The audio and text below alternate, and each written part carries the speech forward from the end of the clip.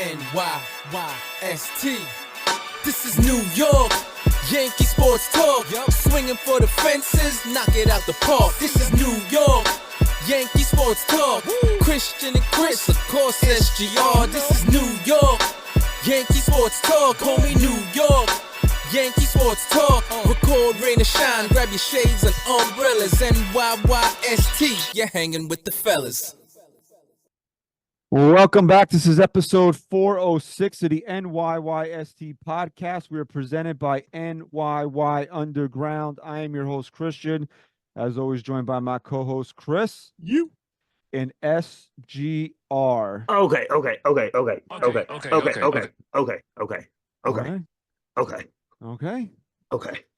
Well, it's Thursday night. The Yankees are set to resume the second half of the season. Friday night against the Tampa Bay Rays. We were scheduled to be live on NYYU tonight, but unfortunately there are some severe storms rolling through Pete's neck of the woods, and he's been without power most of the day. So we will be debuting on audio and on NYYU during the day on Friday. So yes, okay, just put that out there. Not that it matters because you're watching or listening now, so you've kind of figured it out, but there you go. And also, before we get into the crux of the show here, please make sure you are subscribed to the NYYST podcast. What the fuck did you say? Me? John Crux. Wow, you heard that? Yes. Wow, I said that so low. I didn't even hear it. What did you say? John Crux. You said Crux. Okay, make sure you are. Vouch yourself. There you go. I'm going to leave that one alone. Please make sure you are subscribed to the NYYST podcast. We are available on your favorite podcast platform. Please leave us a 5-star rating and review while you're there. And please make sure you're telling everybody that we are the official Yankee podcast of Odyssey. And if you're watching here on NYY Underground, please like the video, subscribe to NYY Underground. I believe we're up to 30,500 subscribers right now. So pretty nuts. And please make sure you get your tickets to NYY Underground Day, September 14th at Yankee Stadium, when the Yankees play the Red Sox. And NYYU featured on NBC. Yeah. Yeah, that was awesome. I watched that.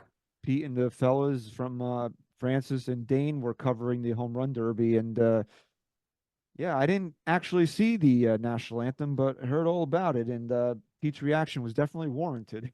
Dude, that video showed up on TikTok for me. Like, I was going through, and there's some things that Pete does, and I'm just like, yeah, that's Pete. It's fucking hilarious, whatever. But like, if you don't know Pete, certain things he does, like if you just watch it, you are just fucking pissing your pants. But then even certain things, he'll catch you off guard, even if you know what to expect from Pete. This was one of the times when I just literally, I had to throw my phone down. I was crying, laughing when I saw their reaction, and then it ended up on the news. Okay, so Teoscar Hernandez won, right? Yeah. And all his teammates left before it was even over, except for Tyler Glasnow. I felt so bad for Pete Alonso, man. Like that's his World Series right there, and he didn't make it out of the first round. It really is. You know what's cool about Teoscar Hernandez though? I only watched half of the first round. Teoscar might have been the last person I watched in the first round. Maybe I went one more, I forget. Okay. But the cool thing about Teoscar was they talked about all he ever wanted was to be in a home run derby. And he started, and his round before the bonus round wasn't that good. And then in the bonus round, he fucking stepped it up and ended up making the cut and then winning the whole thing. I still don't even have a clue what the rules are. They said they changed it. What they need to do is to go back to 10 outs. They do. And I'll tell you why. And for me, this is the best argument for it. I'm watching the home run derby, and I know it's been this way for quite some time now with the time and everything. Now they added a pitch count as well, which didn't make full sense to me because it seemed like, if anything, the clock went before the pitches anyway. But here's the problem. What was the best part of watching a home run derby years and years ago after a guy would crack a long fucking home run? Chris Berman. Watching it. Obviously, Chris Berman going back. But you actually got to enjoy the home run. because You they got weren't to right on to the see- next pitch. Yeah, you got to. Now it's a split screen, and you're You watching watch the it. guy just taking pitch after pitch. You're not enjoying how far they're No, you're hitting these right. home runs. And Eduardo Perez is like sitting down, breaking down swings. Like, come Oh, on, bro. and Like, let me tell you something, it's dude. it's the home run derby. Like, nobody. It's supposed to be fun. Like, I I'm don't know. I I'm just sure not. Eduardo Perez is a great guy. I'm I'm not sure saying he that is. he's not. Okay. All I'll say is there is nobody that I hate listening to more than Eduardo Perez. No one. I think you think of a few guys. but, Ron okay. Darling is a close Okay. second. No, I would definitely. I would put Keith Hernandez above Ron Darling. But, okay. Yeah. Okay, fine, fair. But Eduardo Perez's voice just I put Ryan Rucco above. no, I like Rucco. Okay. I would Yeah, put John it's- Flaherty up there. Okay. Anyway, Okay. what's the American League did win the All-Star game 5-3. Juan Soto did drive in a pair of runs there. Aaron Judge was a starting center fielder, went 0 for 2. Clay Holmes did not pitch. Okay. That was great. So what we're gonna do here tonight is I have it in front of me. You can see these are Fred's projections. We did this during spring training where we went over Fred, for those that don't know, is what we named the algorithm that projects the stats on Baseball Reference, and we basically gave an over under. So what we're going to do tonight, before we just do a quick look ahead to the second half of the season here, I thought tonight would be a good time to take a look at what our projections were, what we voted on them, and then to kind of grade the player for their first half of the season. So some of these, I'll be fair, are just going to be incompletes because they haven't played enough. Yeah. Like, well, the first player on the list here, and we'll just dive right into it here. The first player on the list is Garrett Cole. I don't even have his numbers up, but I'll just take a quick look here. His ERA is currently 5.40, and we all know that means nothing. Extremely inflated and means we nothing. we know that it means absolutely nothing. His projected ERA was 3.33. We all took the under. I don't know if it's even worth debating whether you want to change your vote because I don't know if it really is representative of what he's going to do this year or with the limited innings that he's going to pitch. Does it really matter? It doesn't, but I'll say this. I actually still think it's going to be under. I think that ERA comes down quick. I think we've been seeing a much better Garrett Cole for what it's worth. And I would, even at this point, even though it doesn't fully matter because he missed half the season, I'm still going under. I think he does end under 3.33. I think so too, because I think after his last start, he's back. So I think, like you said, it'll come down quickly. So I'll stick with my vote. So what I want to do here is when we bring it up, say if you're changing your vote and then give a grade. So I'll just say it's incomplete. You can't really grade him on the Yeah. first half of the year. So Yeah. Ryan, what do you think on We all picked under for that, right? right? Yeah, I'm not changing that. All right, so there's really nothing else to say. No. I love Garrett Cole, but just if we're breaking down the first half, there's really just not much to say about what he did. Carlos Rodon is next. The over/under we took was innings pitched 110. Chris and I took the over. Ryan took the under. He's Oh, boy. currently at 107 innings, and he leads Major League Baseball in starts, which I don't know if that's a good thing for the Yankees. I was gonna say I don't know if it's a good or bad thing that I'm gonna say easily the over. So I'll start. Yeah, and I'm then gonna change my vote too, by the way. I'm gonna go All right. over now. So we'll just go round robin here. I'll start here. Obviously, I'm going to stick with the over and to give him a grade for the season. And just if you want to differentiate, you can say plus minus. It's fine. You don't have to be like A, B. I'm going to give him a D. I really think he had that poor of a performance in the first half. I think that look, man, when you have, what did we say? He has the second or third worst qualified ERA in baseball right now at 4.63 among starters.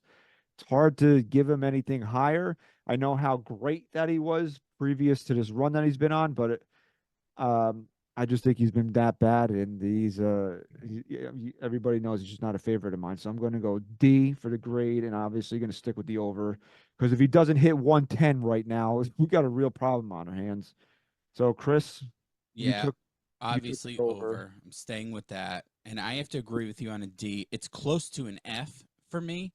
The only reason why I'm going D at this point is because we said when Cole was out for the most part, he had to really step up. And I feel like he did for a lot of that span. It's only more recently over the last month and a half or so that he has really struggled, but it's been such a bad struggle that it's just tough to give him above a D. I'd go F if he even faltered. If he was just decent during that stretch in the beginning, he's easily an F for me, but I'll give him a D because of that. Ryan, you took the under. You wanna stick with that? No, yeah, that's getting changed. But I'm gonna go against you guys big time here because I did a Okay. little bit of a deep dive on Rodon, Okay. and I think that ERA is highly, highly inflated. So I'm actually going to give him a B minus. When you Wow. look at his numbers, he's only had 4 starts of more than 4 runs allowed. So that's about, up to this point, about 5% of his starts he has a clunk. So if you stretch that out to a full season, that's about 7 starts where he's very, very bad. But if you break it down, he only has 4 starts that he's allowed more than 4 runs and only 5 starts that he's allowed more than 3 runs, and he's made 19.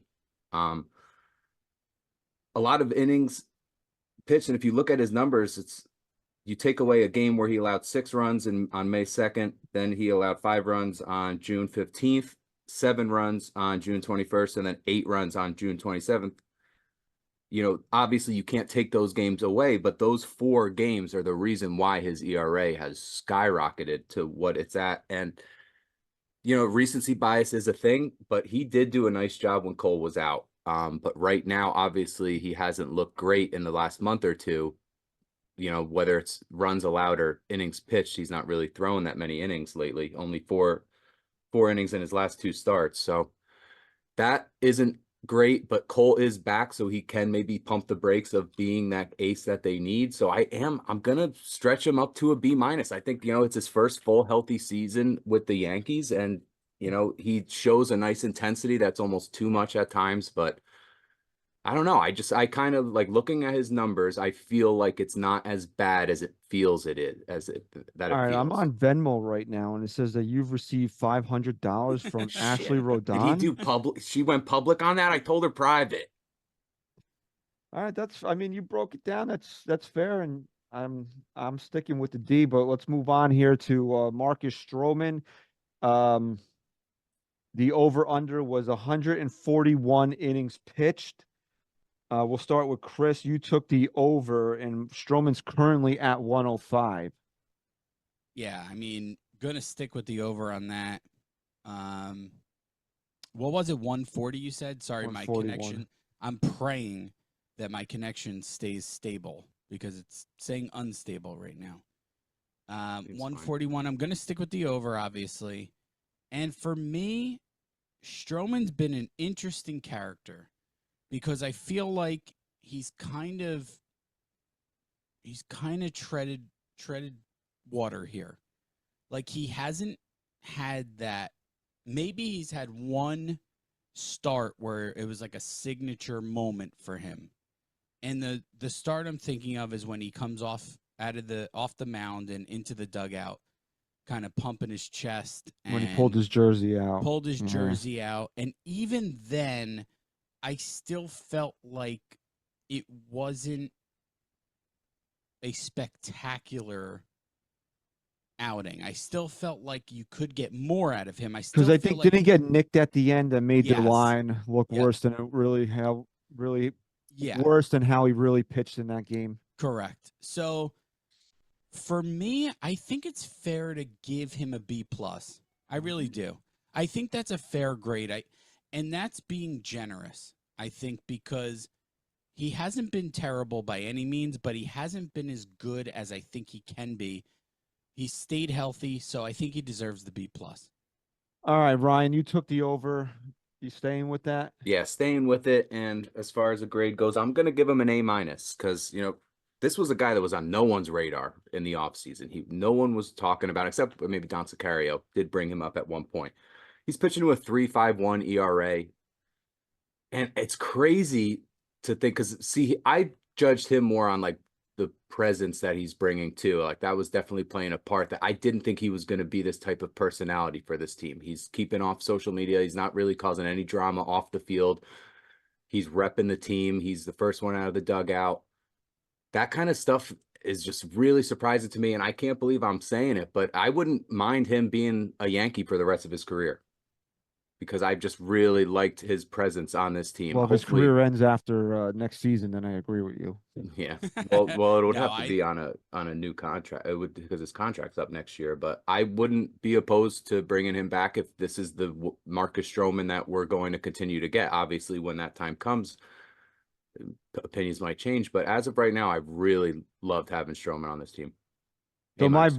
I voted under. Obviously, I'm going to change that to an over. I think he's been healthy. As long as he stays healthy, he's going to hit that. My concerns were that he hasn't pitched a lot. I mean, he's been around 130 the past 2 seasons, so hopefully he passes that. I'm in the ballpark, but I'm going B- for his grade. He frustrates the hell out of me, but because it's a lot of nibbling, a lot of times he doesn't trust his stuff. A lot of times I want him to be more aggressive, but for what he is supposed to be for this team, he goes out there, he takes the ball every 5 days. Very rarely, if ever, are the Yankees out of a game when Marcus Stroman is on the mound. So, I mean, if you're really looking at how things should break in this rotation, he's probably your 4th starter. I mean, you really can't ask for much more than what we've gotten out of Marcus Stroman. So I'll give him a B- for his first half. So let's move on here to Nestor Cortez.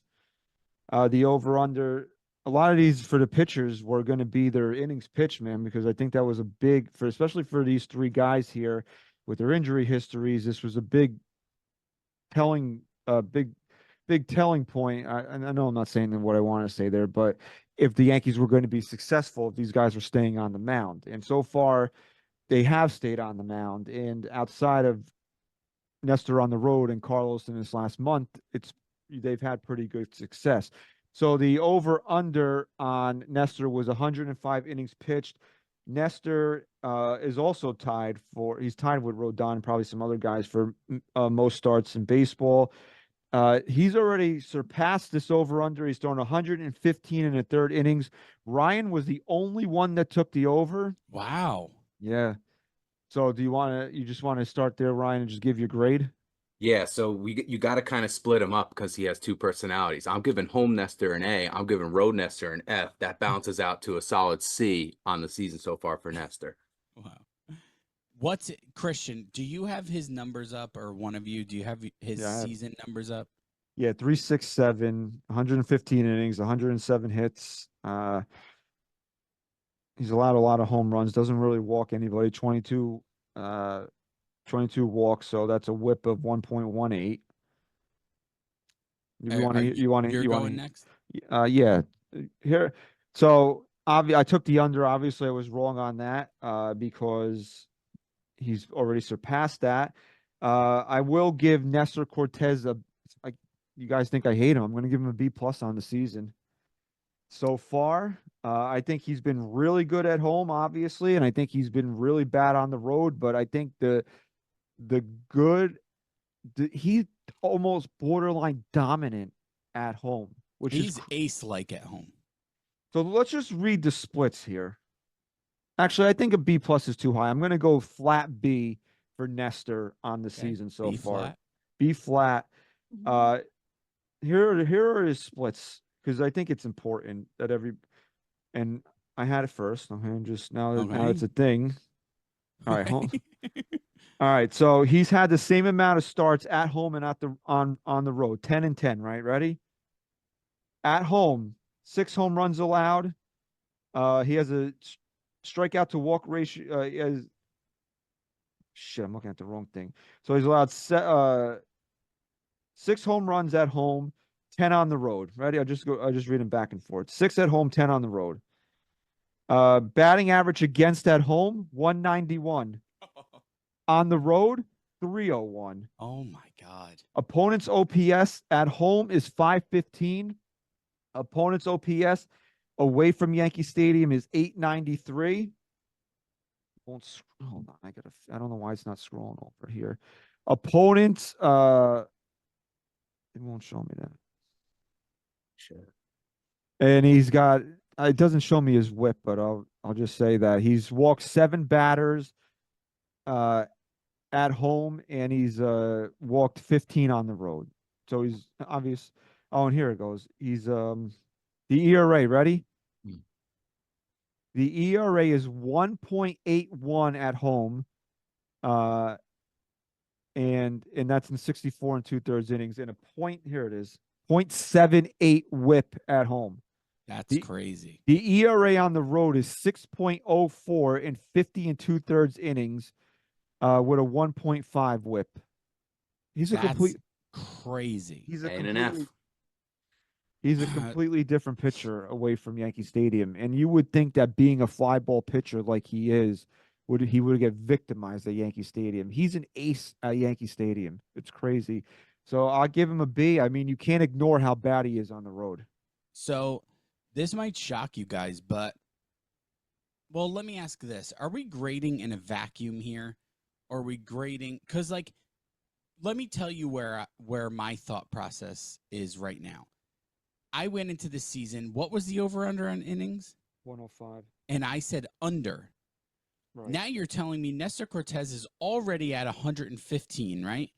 And Yes. he's pitched. So clearly I had 0 expectations for him if I had an under for the full season. And he's pitching to a 3.67 overall. I know he's been really bad on the road. It's been atrocious. But overall, I have to say, given what he's done and what I expected, even beyond what I expected, I mean, just overall, Nestor has been really good. I mean, as bad as he's been on the road, he's been so good at home that it's really made up for it. I have to give him an A-. You have a 3.67 ERA. And you're already at 115 innings pitched. I have to give you an A-. I think. I just don't think you can ignore how bad he is on the road. Yeah, but you know what, Christian? He's also had a couple decent starts on the road. He's been a little bit better. The ERA has come down, but he's just not the same guy. Even if he pitches quote well on the road, he doesn't go deep into the games. It's a struggle for him. And you know what? I got to be honest with you. I think part of my grade, I think Rodon kind of factors into it. I think Rodon being so fucking terrible has made me a little more empathetic towards Nestor. And it's making me give him a better grade because I've been a little more appreciative of Nestor. So All right, so the next player, I think we can just breeze right through here, not really spend a lot of times. It's Clark Schmidt. The over-under was the ERA 4.33. Chris was the only one that thought he was going to blow this year and took the over. really, unfortunately, he pitched to a 2.52, and all his metrics graded out what they called ace level, while he was healthy. Unfortunately, we're still kind of a ways away from seeing him, so it's going to be an incomplete at least on my end from Clark Schmidt. I don't know if anybody wants to add anything, or you just want to keep moving. yeah, let's just keep moving. I'll just say quickly, I'd change mine to an under, obviously, and I'd give him an A+. I thought Clark Schmidt was, before he got hurt, absolutely incredible. I mean, yeah, if you're going to grade on what he's done, it's obviously been an A. It would be an A+, but I'm just going to give him an overall and incomplete. He hasn't pitched in almost 2 months. Let's snake back around to me. We're at DJ LeMahieu. The over-under was the batting average, 253. I was the only asshole that thought he was going to actually be decent this year and took the over. Chris and Ryan took the under. I'll just say this short and sweet. I'm giving him an F. He's been F for fucking terrible. Here's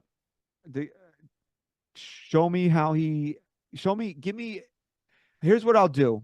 I'll leave it open to you to prove to me, the two of you to prove to me that he's not washed up. Okay, can I start? Yeah, it's your turn now. So I pass, and I'll give him an F also because he's fucking atrocious. I loved DJ LeMahieu when he got here. I will not turn on my I will not go back on my word here and think that the Yankees I won't sit here and say the Yankees were wrong to sign him. I thought they were right to sign him. That doesn't mean two things can't be true at once. They should have signed him, and also you couldn't expect him to get this bad this quickly. He's a fucking mess. I don't want him on this team anymore. If this team is serious about winning a World Series, he cannot be a true contender. If you can give an F-, that's what I would give DJ LeMahieu at this point, and I want him off this team. Ryan, before you go, I just want to read this off here. This is how bad DJ LeMahieu has been. Okay, this is not us. You know, sometimes we get off on a tangent on guys that we don't like, but this is how bad that he's been. All right, DJ LeMahieu's played 37 games this year. He's had 135 plate appearances. In those 135 plate appearances, he has 22 hits, 19 of which are singles. He's actually batting 188, and we actually spoke about this. His at the end of last episode, and in case anybody missed it, his OPS is 497. So that's what Jesus God. All right, can I go now? Absolutely. F. All right. That's it. F for fucking loser, honestly. Shell of himself. All right, so Chris, you're up here. We all took the over on this one. It's Juan Soto. The OPS was projected at 925. He's currently at 985. So do you want to change it, and what's your grade? No, I'm keeping it. This is the only player that I truly thought about before going into this. I really did. Because I want to give him an A+, but I don't know if he's truly hit his peak as a Yankee. And that's crazy to say because he's had some really, really big moments. But at this point, I think there's so much more in the tank. I think he's been dealing with some injury that he's at least tough enough to play through, and you got to respect it. I'm just going to play it safe here and give him an A, obviously over, but I'll say this. I'll leave it with at this. I think he's going to get to that A+ mark towards, heading into the home stretch here leading into October. Ryan, you took the over. Yeah, no, I'll stick with that. And I'm gonna actually give him the A+. I think the fact that he came in here and right out of the gate has made such a huge difference, and how rare that has unfortunately been when you bring in free agent offensive players the way the Yankees have. Not for him. I mean, right away, you look at that Houston series. Was that game 1 that he threw that runner out at home? That was opening day. Yeah. Yep. So opening day. So if it wasn't for Juan Soto, Clay Holmes would have had a blown save on the first game of the season. Yeah, I forgot about that. Great call, man. Damn. Wow. So just right out of the gate, the way he's acclimated himself, it feels like he's been a Yankee forever. I take I measure that pretty high, especially with the failures we've seen come into this organization. So A+ for me, man. Yeah, I mean, I'm going to give him an A because I think only one player truly deserves an A+ on this team, and we'll talk about him next. That was another thought of mine, by the way. And obviously, I'm going to stick with the over. I mean, you guys brought it up. How many times have we had big name acquisitions come in here and not be able to handle being a Yankee? He's handled it. When they traded for Juan Soto in December, this is basically what we envisioned, right? He has not disappointed in any way whatsoever. He's been exactly what this team has needed. I mean, it's unfortunate that they've gone through this stretch, and hopefully with what happened on Sunday, winning the series in Baltimore has put them on the other side of it. But when you envisioned Aaron Judge and Juan Soto hitting back-to-back in the lineup, this is it. Yeah. And he's been a little shaky. The knock on him was that he's not a great defender. I've seen it at times, but I think overall his defense has exceeded my expectations. But it's an A. I mean, if you expected more, I don't know. If you're disappointed, let me just say this: if you're disappointed with what Juan Soto has done as a Yankee, you're a fool. Yeah, for sure. So Aaron Judge is next. We'll start with Ryan. We all took the over on the over-under. This was his projected total for the season, by the way. 37 home runs at the All-Star break. Aaron Judge has 34 home runs. So I think, Ryan, you start. Everybody took the over, so I Yeah, don't know if you want. staying with the over. And it was funny because with him, at first I wanted to give him just an A because of the slump he had. But then thinking more about the slump, it's what made me give him the A plus, because to have a slump the way that he had and still have the numbers he has, I mean, that was a terrible stretch. I don't It have was them bad. in front of me, but to go from that to where he is now, or that crazy stretch he was on, it's just I've never seen it before. That offensive run is just it's unseen. So for that alone, the fact that he was able to bounce back so quickly and at such a crazy rate, I have to give him an A plus. Yeah, I mean, obviously I'm going to stick with the over, and I'm giving him an A plus. This guy is the MVP of the American League. There's no debate about it. I don't care that Gunnar Henderson's WAR is higher. Go fuck yourself, okay? Because he plays a better he plays A how do I more impactful not defensive even position. yeah, and he's a better defender at a more premium position than Yeah, Judge that's is at center field. That's why his WAR is higher. Offensively, Gunnar Henderson wishes that he was Aaron Judge. not to mention Judge has played a third of the season so far at DH at this point. Oh, given the last month or so. Yeah, I'm sure that has hurt him a little bit as well in calculating WAR. And that's not to knock Gunnar Henderson. He's a tremendous player. I would love it if he was our shortstop. But we'll talk about that Oh, okay. in a couple minutes here. Aaron Judge, just to read off some stats here, hitting 306. No, it's not, whatever. Okay. It's not that impressive because he doesn't lead baseball in that stat. But what he does lead baseball is in home runs, 34, RBIs, 85. OPS at 1.11. I mean, the guy's been incredible. And here's just to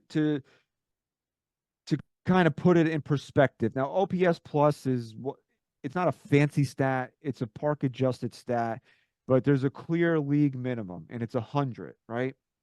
So if you were league average. If you were a league average hitter, your OPS plus is 100. Right? Just sit on that for a second. Aaron Judge has an OPS plus of 207. That's fucking unbelievable. He's performed at more than 2 times the average baseball player this season. Average. That's unbelievable. He's everything that we want out of Aaron Judge. I mean, if you're knocking Aaron Judge, you're, like I just said, if you're unhappy with Soto's performance, you're a fool. If you have anything to knock Aaron Judge and his performance in this first half of the season, you're a fool. And yeah, that the slump ran through my mind when calculating the grade, and then he was on a little bit of a lull before they hit Baltimore. But how do you give the MVP to league anything less than that? How do you give a guy that leads baseball in OPS, home runs, and RBI anything less than that? I mean, it's an A plus. Yeah, obviously over for me, and I'm gonna agree with SGR here that the slump almost really played a factor into the grade, because here's the thing. You look at this guy's numbers right now, and you kind of alluded to this when you were speaking. This is enough for, like, most players would take his numbers for an entire season. It was MVP worthy, right, for Harper? Right, yeah. So. And then you factor in this is not an exaggeration. This guy was non-existent for a month. And he still, imagine if he was just half of what he was in that first month of the season. This guy would be over 40 home runs right now. He'd have 100 RBI. I mean, this is you can really, 2022 was just so historic. But you can honestly say that this run he's on right now, given where he started, is one of the most compelling seasons you will have to say he is the best hitter of our generation, possibly outside of Barry Bonds. I mean, I was having this conversation today at work. Barry Bonds took steroids, sure, but he was still amazing. After Barry Bonds, Aaron Judge is the next guy I'm talking about. I've never seen a guy like him. It's an A+ for me, for sure. There's no doubt about it. All right. Next up here is Anthony Rizzo. The games played was 116. He's played 70 with no return in sight. We all took the over. I think we're all going to miss out on that. I don't know if anybody really wants to add anything on Anthony Rizzo at this point, or if you want to move on. Yeah, No. just move on. He's he is I don't what, wanna talk what we about it. expect. So next up on the list is Giancarlo Stanton. The over/under on him was games played. It was at 113. He's played 69 games so far this year. Chris was the only one that took the over. He is expected back during the Mets series, which is the second series back. Let me just do a little quick math How many here. games are left? Is that Oh, what you're that- doing? This Sorry. is what I'm doing here. The Yankees have 64 games left this season, and Giancarlo Stanton has played in 69 of them. Oh, you said 69? I thought you said 64. There's 64 games left. He's played in 69. Okay. So I think my over could still hit. It would actually be a push. It can't, because if he's not coming back until the Mets series, if he came back on tomorrow night, Friday night, and played every game, he'd be at 113. But he's not expected back, so it's obviously going to be an under for him this year. But if you want to just talk about his performance when he was healthy and factor in that he's not in your grade, you can go ahead and do that. All right. So I give him an A- before the injury. The injury was so unfortunate for so many different reasons, man. Not just for him, but for this fucking team. He proved that having a good season, how influential he is to this team's success. And the fact that he couldn't stay healthy. Look, this is a guy who doesn't play the field. And this is a guy who, when he is on the base pass, he doesn't run. You can't sit here and tell me you've ever seen Giancarlo Stanton run in the last 2 years. He just doesn't. And for him to still get hurt is a problem. This is a guy who came into spring training a completely different physical player. He changed his entire physique. And he's still jogging around the bases, pulls, what did he pull, a hamstring? Mhm. I mean, I think, was it a calf? calf, That was hamstring, whatever the fuck it is, man. I don't remember what they For said now. me, he, given what he's done on the field, an A-, Hamstring but strain. man, after the injury, he's at a C+ for me. I need him to be accountable. I need him to be reliable. And for him to get hurt, it was a complete downfall for this team. And it really thinned out the depth of this lineup. So it's a C+ for me because I'm really disappointed with him. Ryan, what's your grade? Because obviously you hit on the under. You can't hit 113 this year. Got it. I don't know. I didn't really give Stanton a whole lot of thought, but I'd probably give him a B- just because he's just not on the field right now. It's just too many years of this where he's not healthy and not on the field. But when he was out there, like Chris said, I mean, he was a major difference maker for this offense. So that's definitely something that you hope he can come back and reproduce. But I don't know. A B- even. All right. So my grade for Giancarlo Stanton is a C-. And it's largely factored in because of the injury. If he had not been if he had not been hurt, we're probably looking at a B+. I mean, I think that's fair. He had the batting average isn't great. He's he's hitting 240. Actually, 246 is higher than I thought it was. Yeah. But he was on pace for like 45 home runs. He had been hitting well with runners in scoring position. So where are you sitting at B+? Why not give him the A? He's got him in the C's. What would stop you from giving him the A if he wasn't hurt? Is, I guess, my question. I don't know. I still think that he's a little bit hit or miss sometimes up there. All right. And the fact that, I don't know, I just felt he was for Giancarlo Stanton to have a B-level year. I thought that was still pretty Yeah. good. For sure. I don't know. It's the injury that's really killing me because I think overall that Jason Dominguez's injury is killing the Yankees more than Mm, anything else that Yep. has happened to the Yankees. Yep. But we're fixated on Dominguez because of Stanton. But this is why we took the under. We can't give Stanton the benefit of the doubt anymore. And this is what happened. Like you said, he's done everything in his power, doesn't run hard, changed his body type, and he still got hurt. So, like we talked about it when the injury occurred, like Brian Cashman was a dick for what he said, but it was also true. Yep.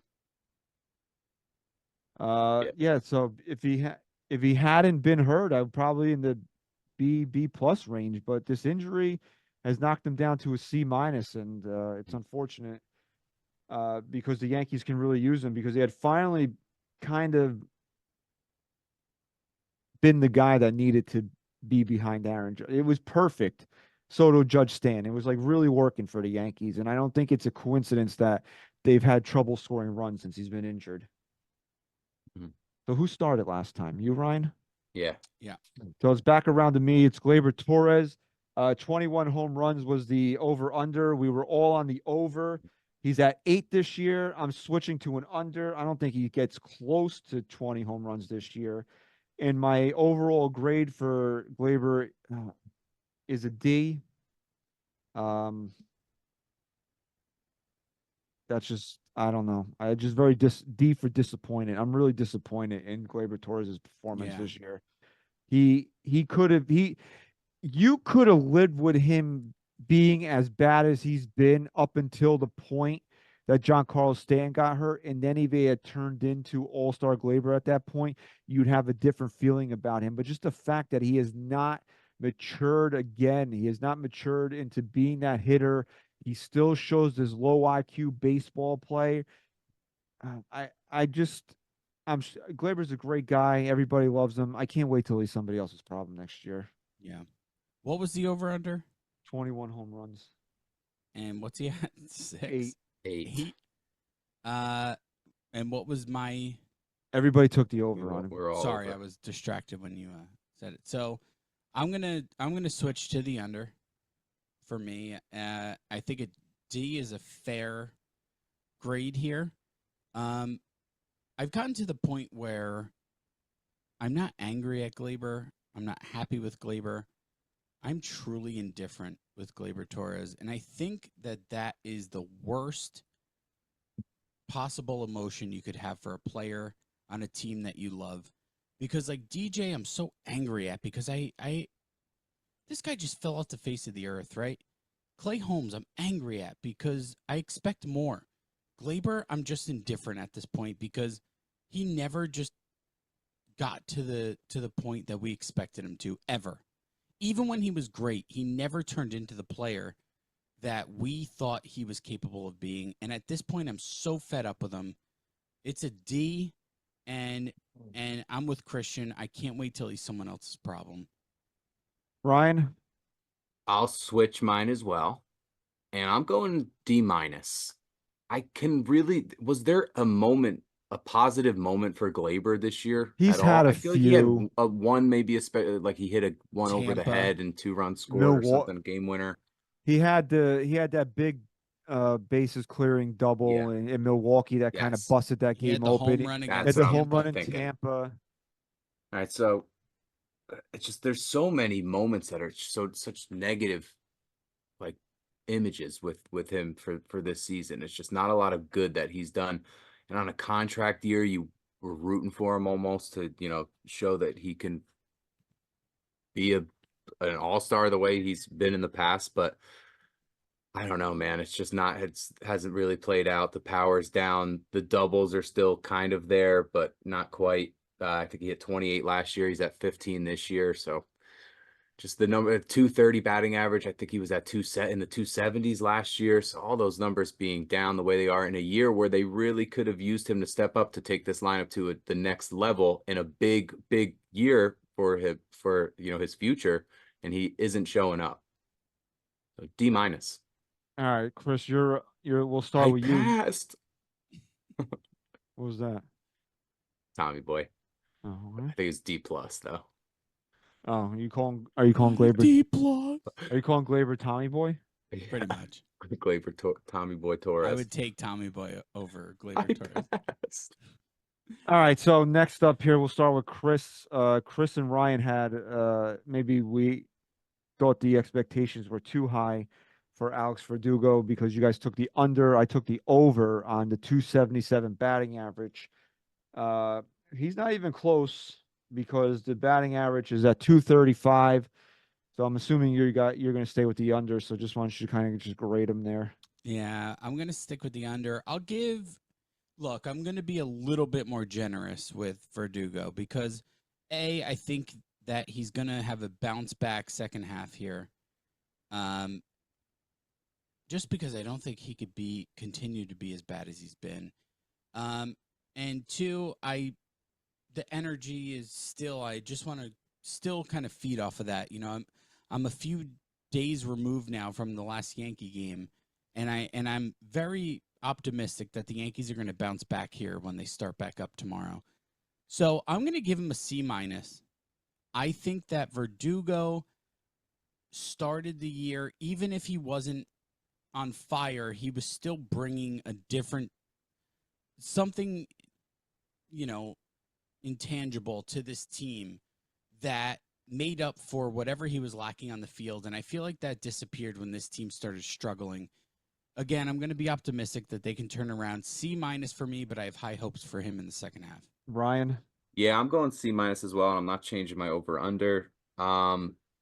Just like what Chris said, he almost was like an indirect leader of this team when they were winning, but you haven't really seen that.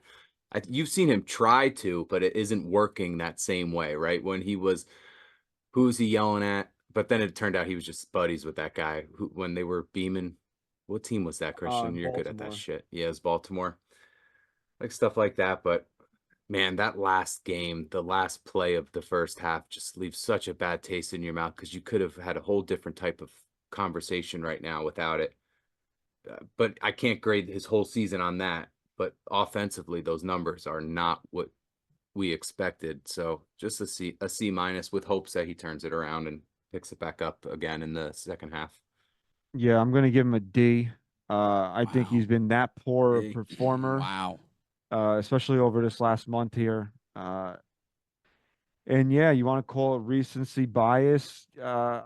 He he was probably trending in like a B- level, but he's just fallen off the face of the earth here.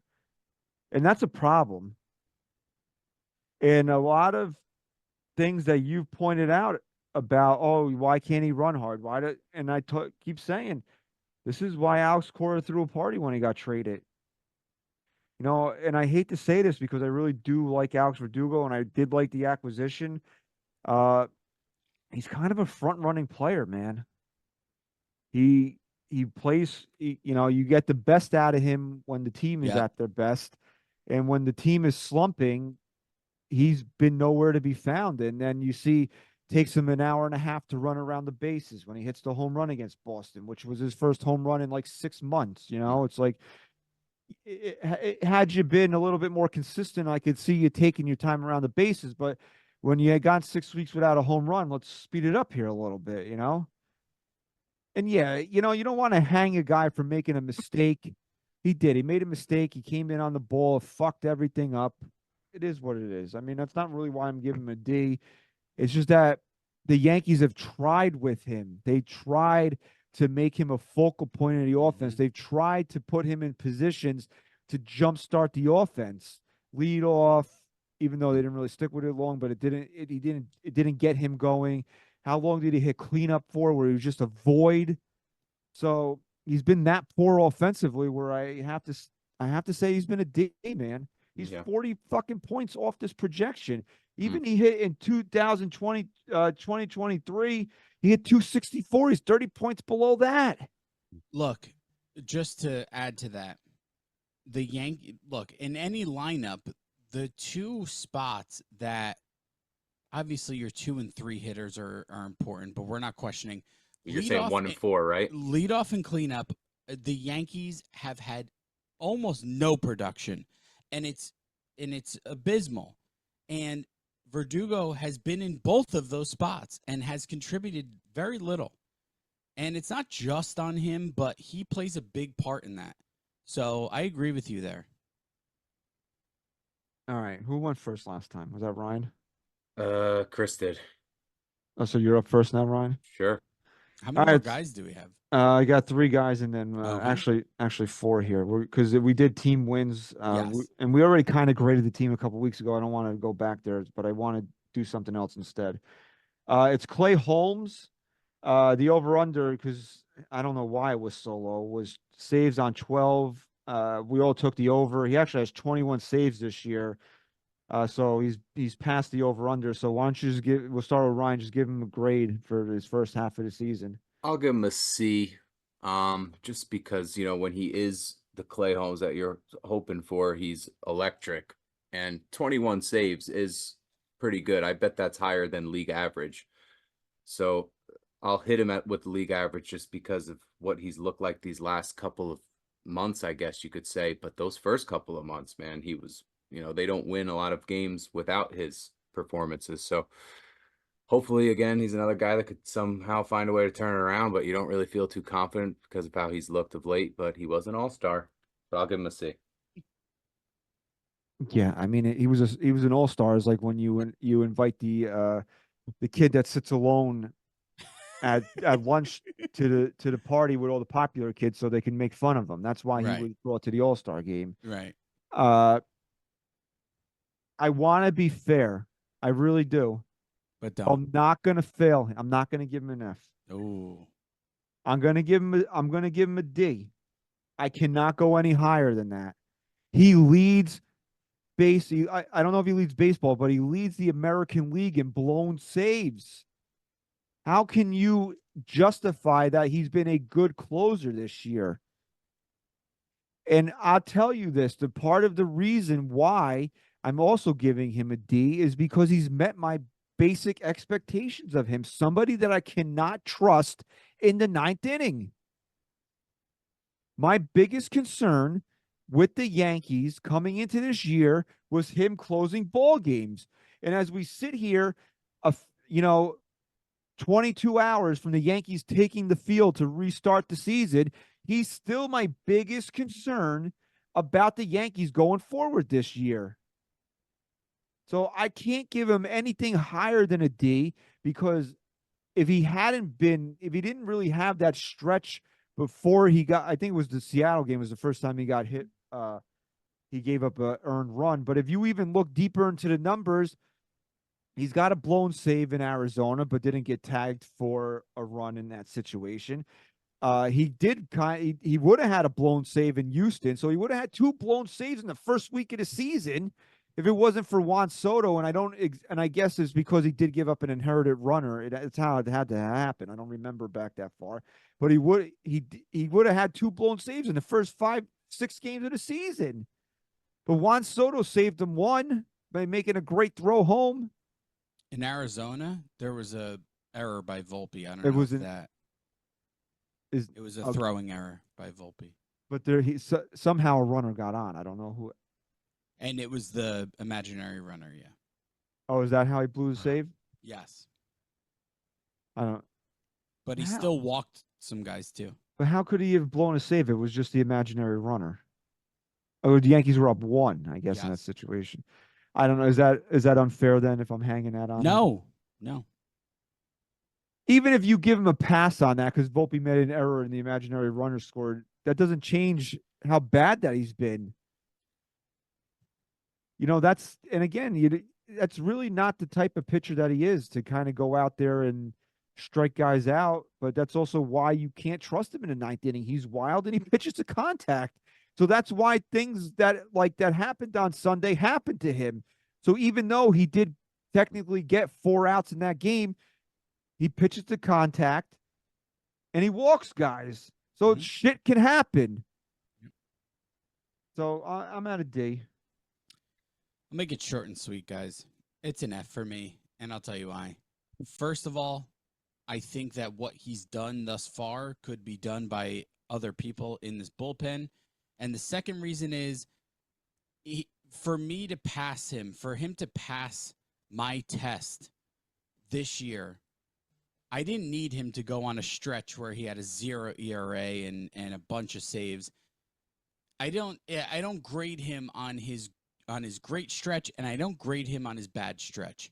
What I grade him on is how I feel about him as a closer, how confident I am in him as a closer. And he has actually surpassed my fear that I've had of him last year to this year.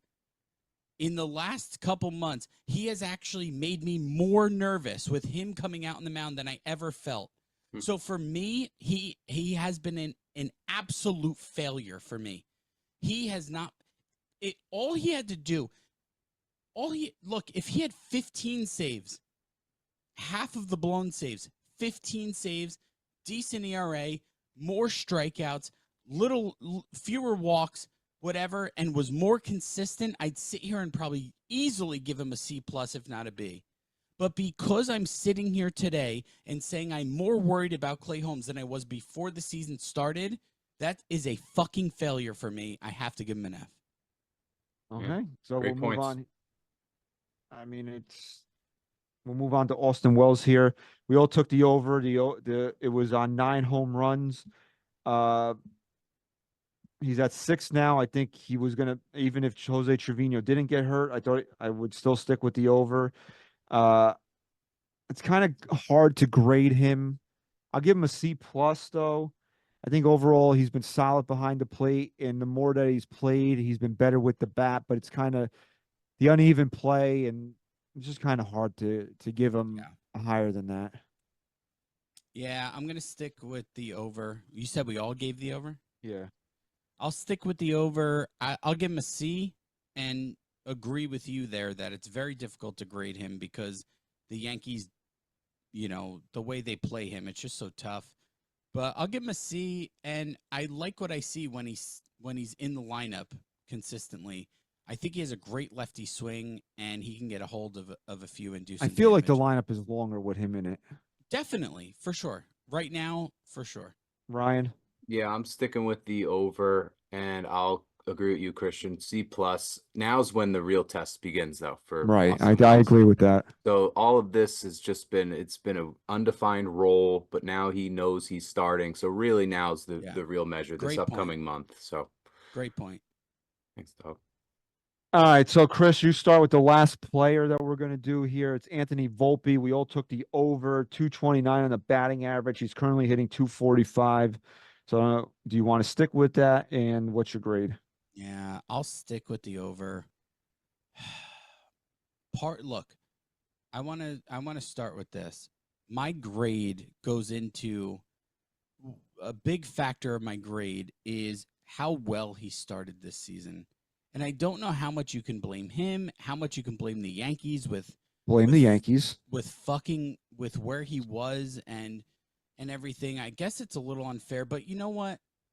I'm gonna say what my famous catchphrase here. At the end of the day, I expect way more out of Anthony Volpe, and he's been great at shortstop. He makes that play the other day.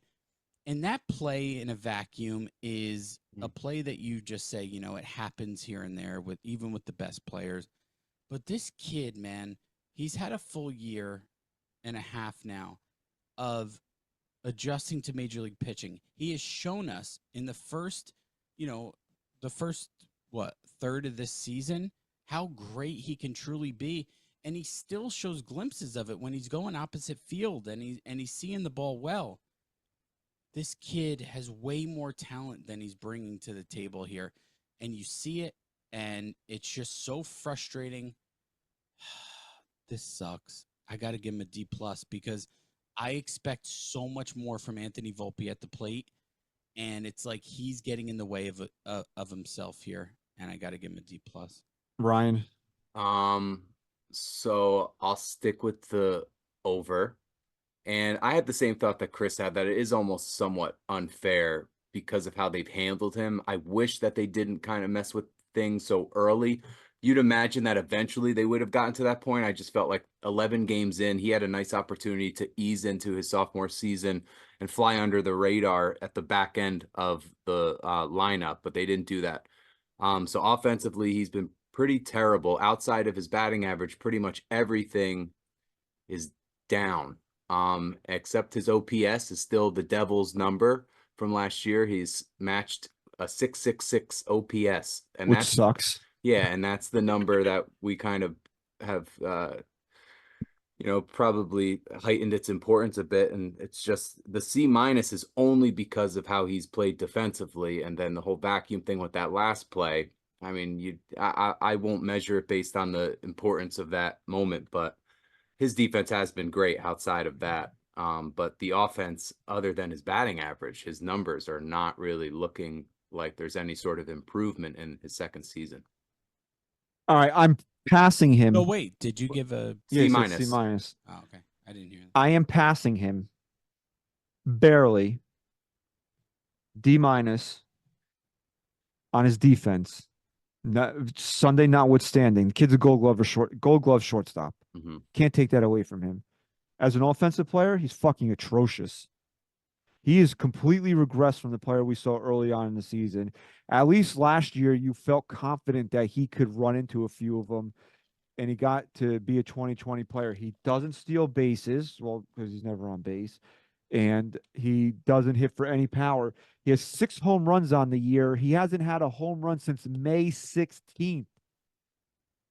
2 months. Anthony Volpe has not put one over the fence. That is crazy. Yeah, for any player. He shows, and at the plate, he shows at times, we talked about this, a complete lack of baseball IQ, which I hate going back to that, but it bothers me when guys just don't know situations. And he's shown that, especially during this losing streak. And Ryan, you made an excellent point. You leave him. You should have left him alone. He was batting 7th, wherever it was, 7th to start the year. Your focus should have been not getting, because didn't Boone say the reason they did that was to get Glaber started? Yes. No, your focus, knowing that Glaber Torres is out the door at the end of the year. It doesn't matter if he fucking took Barry Bonds juice and had that type of season. He was leaving at the end of the year. Okay.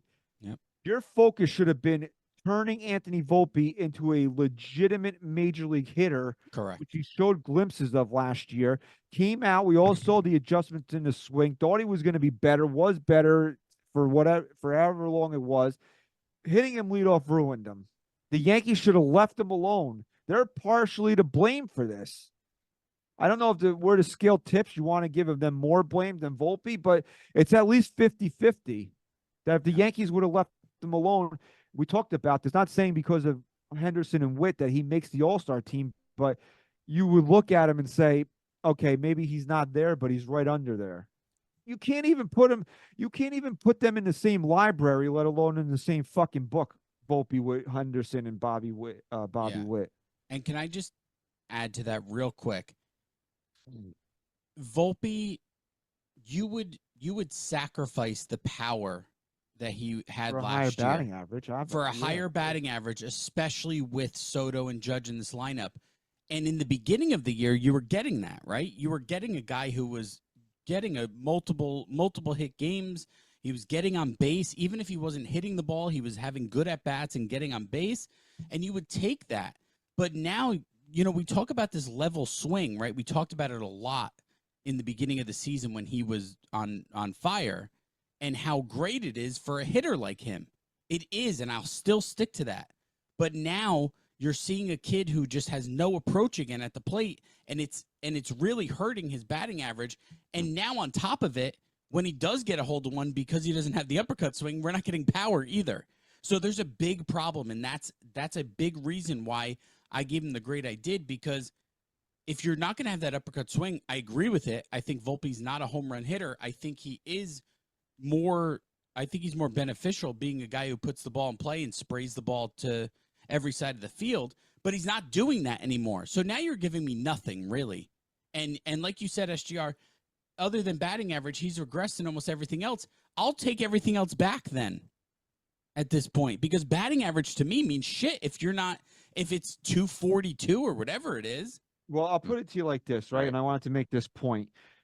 Anthony Volpe, his batting average right now, where is it? Where did I write down? Is 36 points higher than it was last year. 36 points higher.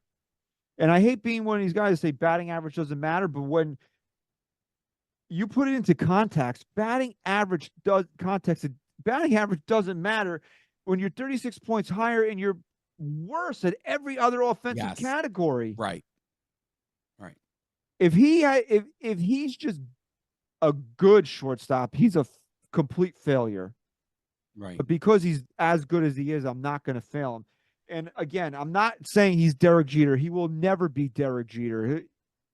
But that's the type of hitter that he needs to be. Line drive the other way. Yep. Inside out swing, and that's it.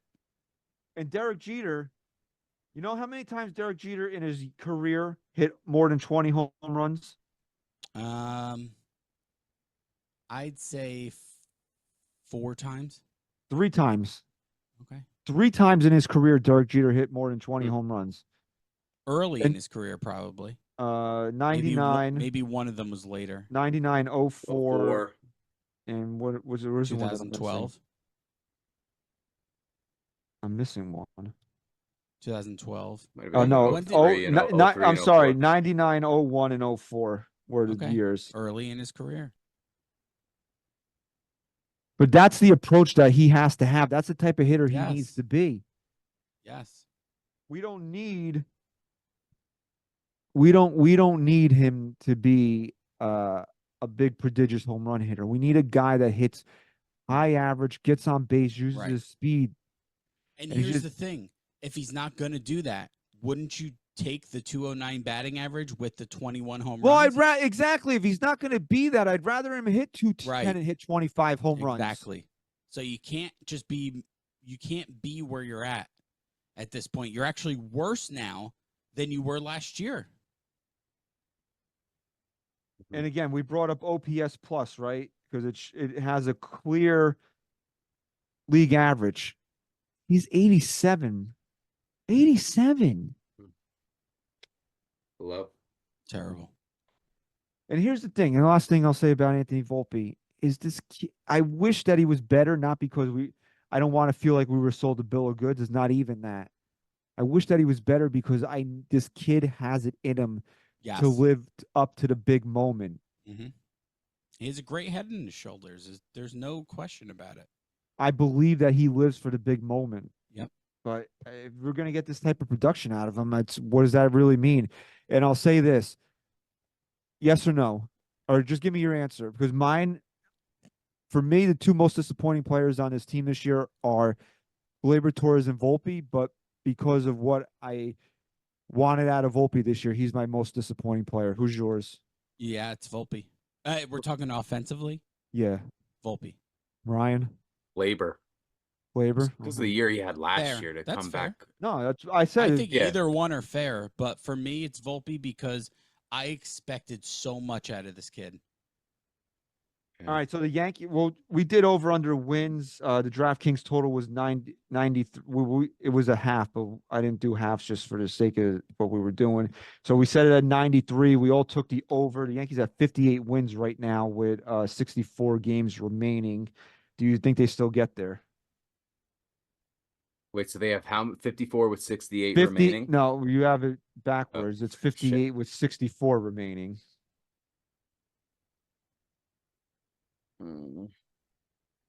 Chris, you All just all right. Hold on. I think that's like playing like 500 ball almost. Well, they got to No, win if they 30. played- They have to win 35 games to get there. If they played 500 So ball, they'd be the- at 90 wins. So they have to go 35 and 23 to get to 93 wins. All right, I'm going 35 optimistic. I'm sticking with the over there. They have a nice schedule in August, so hopefully they can turn this around, add some pieces at the deadline in August. Will get them over that number. All right, so I'll stay with the over here because I don't think 35 and 23 is hard at all. I know the Yankees of the last month have shown that it's hard, but if the Yankees are going to Also hard. be, I think if the Yankees are going to be what we hope that they're going to be. They need to go at least 35-23. So I'll stick with the over. Chris? I'll stick with the over. I'm gonna stay optimistic only because we're so far removed from the last game, and I've taken this week to just kind of cleanse myself of the garbage we've watched over the last couple months. And I'm optimistic that this team's going to come back and be the Yankee team that we expect them to be. Guys are getting healthy. I'm going to take the over. Actually, I'm stupid because I was basing that on 58 games left. I fucked you up. Yeah, I was right. If they go 500, they're at 90 wins. So 6 games over 500, it would put them at 93 wins. Right, because they have 64 remaining. I Right. don't know why I did that. That's my bad. I'm sorry for doing that. Right. The Yankees would have to win to get to 93. It would have to be 35 and They'd have to go 35 and 28. Wait. Yeah. No. Right. Why are we not doing this correctly? 35 and 28. That's an odd number, 35 and 28. There's 64 games left. We're all 35 and dumb. 29 then. All right, so if they can't go 35 and 29, I don't even want to discuss this team anymore. How about that? Yeah. Yeah, 30. That's what I meant, right? 35 and 29 is what I meant. apologize to everybody for the last 2 minutes of this show. Really, I thought that was a higher number than my calculation, because if they play 500 ball, they're a 90-win team. I'll say this. Thank God my wife is a math teacher, or else my daughter would not know how I'm to good count. at math. You confused me. Ryan, I think Ryan inceptioned that 58 into my that's brain. all me. I'll Yeah, take the fuck. I'll take the brunt of that. Unlike the Yankees, I will have accountability. Okay. And instead of grading the team, because we kind of did that a couple weeks ago, I wanted, since speaking of accountability, real quick, we don't spend a lot of time on it. Give Aaron Boone a grade as manager for the first half of the season. Ryan, we'll start with you. I'll give him a C, just because I don't feel like it's his fault really of why they are playing the way they are. But of late, he's become a little too noticeable for me, like questioning his decisions. There was one move, Chris, the game we were at, I think he left heel in a little too long. Another game, something with Tonkin, he didn't put in Tonkin, or he left someone in there a little too long. It's just a few moves here and there that he's actually cost them games. But he really hasn't done a whole lot this year that you could say he's responsible for, other than maybe the narrative he pushes on this team that's sort of everyone's feeding off of like a virus, because they all sound like him now. But as far as performance goes, I don't think he's done much to be better or worse than average. Chris, give him a grade. Yeah. Look, even if this team during the bad stretch went 500, maybe I'll even give him slightly under 500. After everyone got hurt and whatever, I'd probably be giving him an A-. I really would, because you could at least make the argument that, yeah, guys are hurt, but he kept them, he kept them even there. But because of this bad stretch, I got to go with SGR. I got to give him a C here. I'm giving him a C-. That's my grade for Aaron Boone throughout the course of the year, carried by the initial stretch the Yankees were on. He was trending in the A- territory, because consistent lineups, and like Ryan, you made that's as good of a point as you can make, is that now you notice Aaron Boone. When the Yankees were winning, Right. you didn't notice Aaron Boone. That means that he wasn't doing anything to get in the way of them winning. And now that, and I won't give him worse, because the Yankees are still where they are overall, so I won't give him a worse grade. My problems with him is that this team consistently falls on their face after a hot start. The trademark of his teams. Also, the vertigo of the Yankees is back. I understand injuries, but you can stick with a consistent lineup.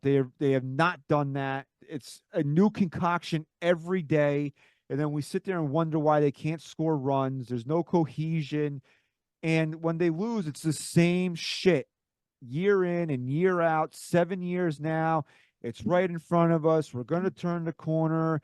I'm a cuck. It's all the same shit that he just says over and over again. And just on fucking repeat since 2018, man. Go back to any press conference Aaron Boone has had since the Yankees have been on a losing streak since 2018. His verbiage has not changed. And that is a problem for me. Say something different for once. I don't care if it's the same thing, say it differently. Like, okay, Chris and I are sitting next to each other in class. I don't have the answers. Chris, can I copy off of you? Sure, but just change enough words so the teacher doesn't know that you looked at my paper. Do that. Can you do that for me at least? And then I would feel better. It would at least make me feel better. But when you consistently say the same exact fucking thing, it's like you're a goddamn robot. And when you don't want people to think that you're a puppet, when you keep repeating the same shit, it's hard for people to think anything else of you than that. Right. Right. Okay. Okay. We were a little too calm this episode. I had to No, get the it was blood. good though. I really, really enjoyed this episode. The blood had to get was worked good up a stuff. little bit. I think that we've been separated from the team enough where we were able to give rational grades and expectations moving forward. I really do. Do we have an overall out of the three of us who did the best on our predictions? I actually just ripped up the paper and threw it out. So. Great. So then no. we'll just agree that it was me because it I think sounded we were. like. It sounded like you. I don't think. I I think think. SGR had the best points this episode. Yeah, Oh, I think. wow. I think Ryan bringing did. up Did best Ryan? talking points here. Ryan Thanks, had some fellas. excellent points. Okay, Thanks, I think. fellas. I think we were all kind of in the neighborhood. Yeah, we were agreeing a lot from what I remembered when we did it. We're all on the same page for most of them. You know, what I do want to talk about here real quick, as we wrap up the show here, is what are your expectations? Real quick, just go around the room. What are your expectations for the Yankees in the second half? Now, we said that the over-under, they're going to pass the number. Do you think they pass the Orioles in the standings and win the American League East? Yeah, I think that the Orioles are hurting enough in the pitching department that you've seen a team struggle. You've seen frustration. Obviously, the big brawl. Both teams are frustrated, but I think the Yankees at this point where they stand have a stronger leg to stand on because of the trade deadline. The Orioles are really hurting pitching wise. But here's the point I want to bring up. They have the pieces to go out there and get them a legitimate ace. Yeah, that's a problem. And is the that- name I keep hearing is Tarek Skubal, who I'm going to fucking cry if the Orioles get him, because that is a game changer. And he has Yeah. multiple years of control left, and they have the pieces to get it done. And I think the Yankees do too, though. I hear Dominguez Jones is a starting point, and I think that See ya. bankrupts the Yankees farm system, whereas the Orioles can go that level and still have pieces to get other things done. Yeah, that's a problem. It's a problem. But look, my expectations are still that this team is better than the Orioles, and for this reason alone. You have the greatest pitcher on the planet in this rotation, and you have two of the most dangerous hitters hitting back to back. This team falling short of the Orioles, as talented, as young and as talented and athletic as the Orioles are, and as much of a farm they might have to get bigger pieces, this team should be so much better than what we saw the last month and a half. I have high expectations that the Yankees come back out, they get healthier, they improve at the deadline, and they have what it takes to overcome the Orioles and to make a run in the playoffs. So for me, they're a 95-win team, and I'm gonna because there's no better. Like, I could either be just completely down at this point and not even watch, or I can be fucking optimistic here. Well, let's keep it in the regular season here. I don't know where you're going there. I think they're a 95-win team, and I think they win the division. Ryan, what's your thoughts?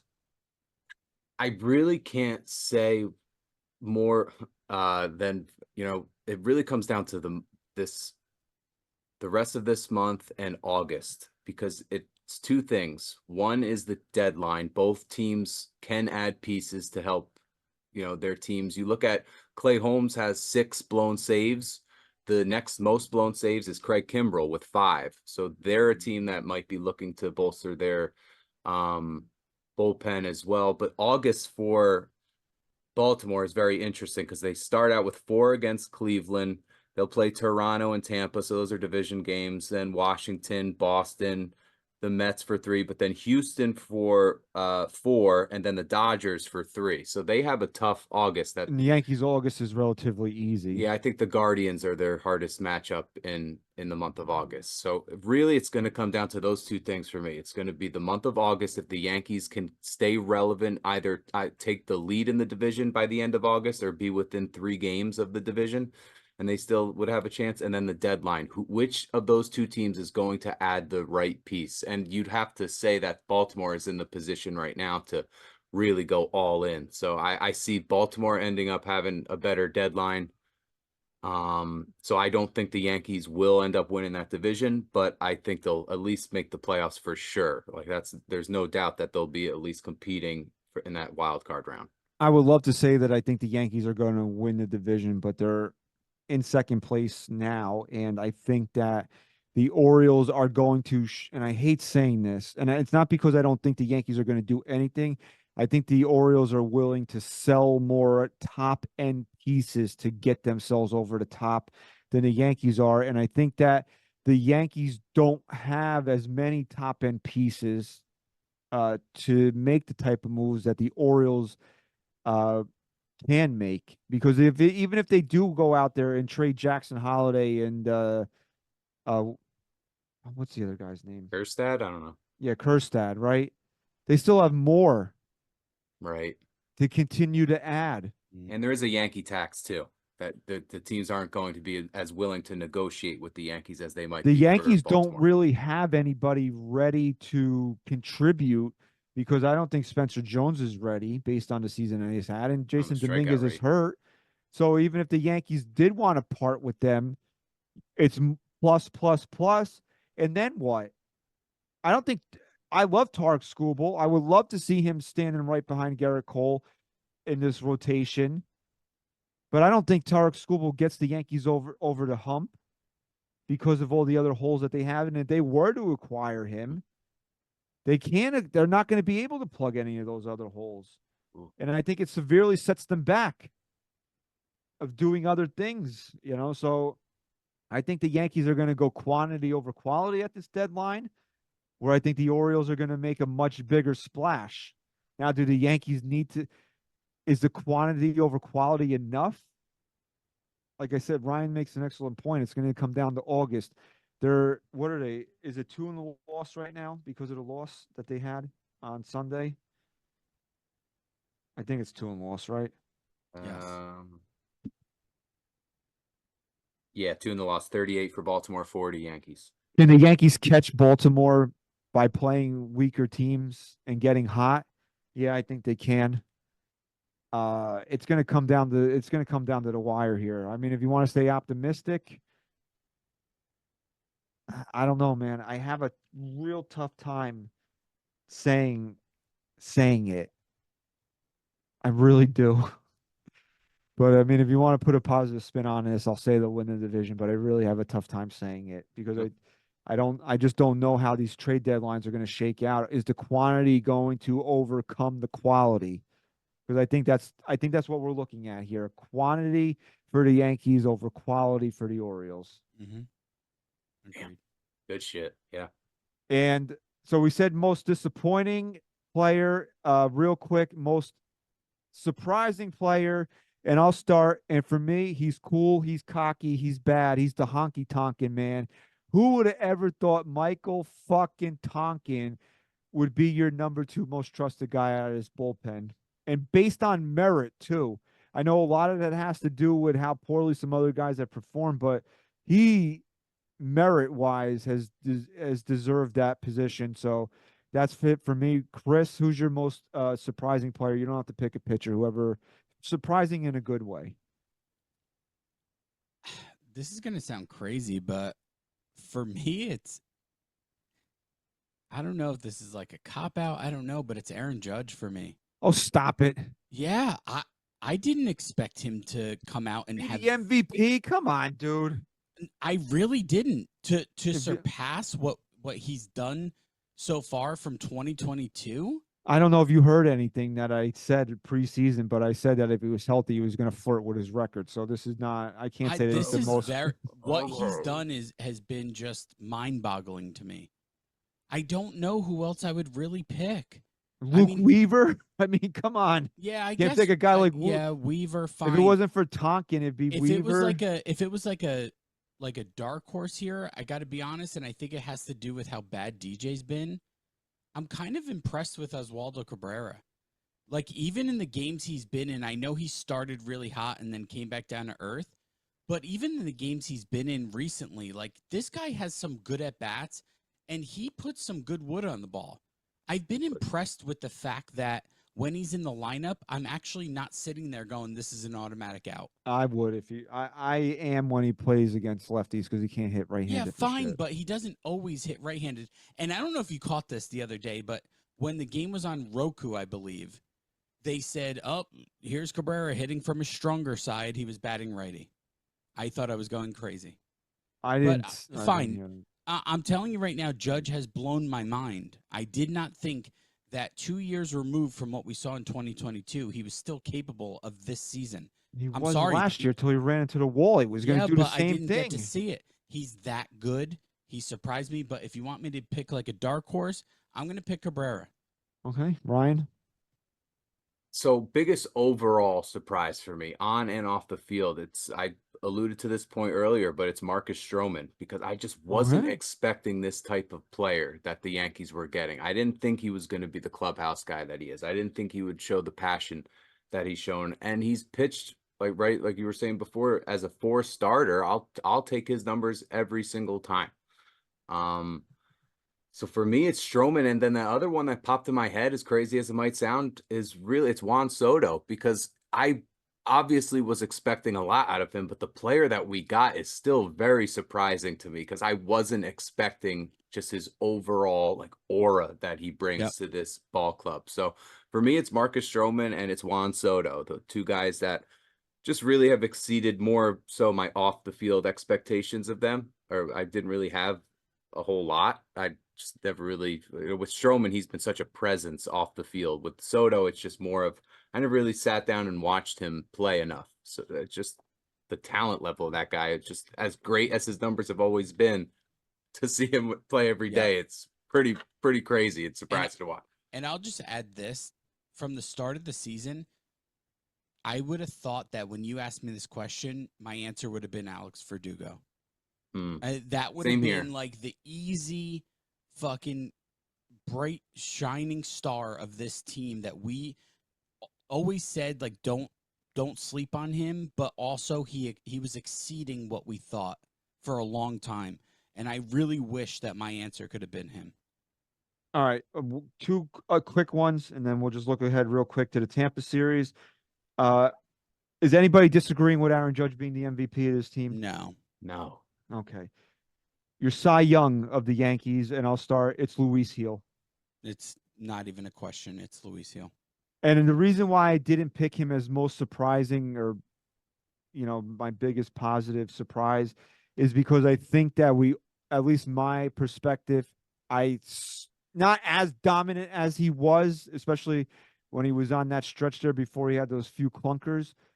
I always saw the talent in him. I knew that he could be a top of the rotation pitcher. I changed my pick. I dropped the ball. It's Luis Gil for me. He slipped my mind too. I think I'd almost want to say Gil as well. It's Luis Gil. It's not even close. For a guy that was picked up off of the scrap heap to be DFA'd 3 times, to kind of be one of your most trusted relievers, is a way bigger surprise to me than Luis Gil being a really good starting pitcher. That's why, because jeez, dude, he was having a Cy Young caliber year for such a nice long stretch. I know, and he really did get hosed. Talk about surprise. I mean, he should have been in the All-Star game. Yeah, you told me he had numbers that matched or even better than Cole's numbers up to that point. Call me surprised. Do you have a different Cy Young pick than Gil? No. If anything, might be like a Weaver type, but I would give a Cy Young to a reliever. Okay. A reliever named Weaver. Reliever named Weaver. And speaking Okay. of the Cy Young, it is Garrett Cole bobblehead night tomorrow night, Friday night at Yankee Stadium. It's bobblehead commemorating his Cy Young award. And he will be on the mound. I always find it pretty cool when they give out a pitcher bobblehead and then he gets to pitch on his bobblehead day. So Garrett Nice. Cole kicks off the second half of the season against Zach Eflin as the Yankees face the Rays. And I'm just make a quick prediction here.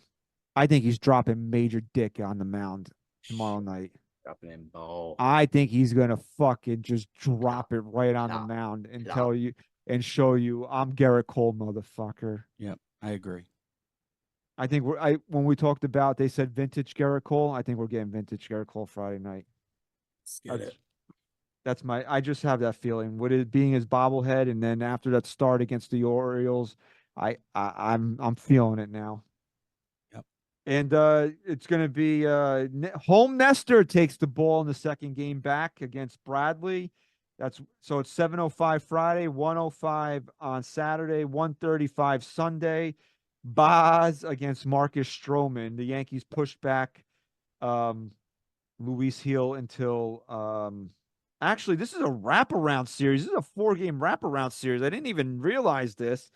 The Yankees are playing Monday 1:05. Rodon's taking the ball against the Rays against Littell or Little. I don't know how you say his name. So little weird series here. 4-game wraparounder here with the final game being 1:05 on Monday. So 7:05, 1:05, 1:35, and then 1:05. And then the Yankees did push back Gil till Tuesday, so they give him a little bit of extra rest coming out of the break here. So there you go. That's that kind of is very comprehensive look at the first half of the season. What does the second half entail? Hopefully a lot more winning for the Yankees, and if they do hit a skid, it's for a week and not a month, because I think it might sink them this time because we're running out of time here. But a lot to look forward to as the Yankees resume play here on Friday night. And we hope that you are subscribed to the NYYST podcast on your favorite podcast platform. While you're there, make sure to leave us a 5-star rating and review. Make sure you're telling everybody the NYYST podcast is the official Yankee podcast of Odyssey. And if you're watching here on NYYU, leading into the second half of the season resuming, make sure you like and subscribe. Like the video, subscribe to NYY Underground here on YouTube. And thank you very much for your continued support of NYYU and NYYST. Thank you very much for listening and watching episode 406 SGR. Go Yanks. Chris, say goodbye. Can't make a promise, but I do my best. 25 sitting on 25 racks. Just got started, no, we ain't done yet. Bought a new crib, that's a goddamn flex. Sign that check. Told them last year that I've been up next. Can't take calls, but I send that text. From way downtown.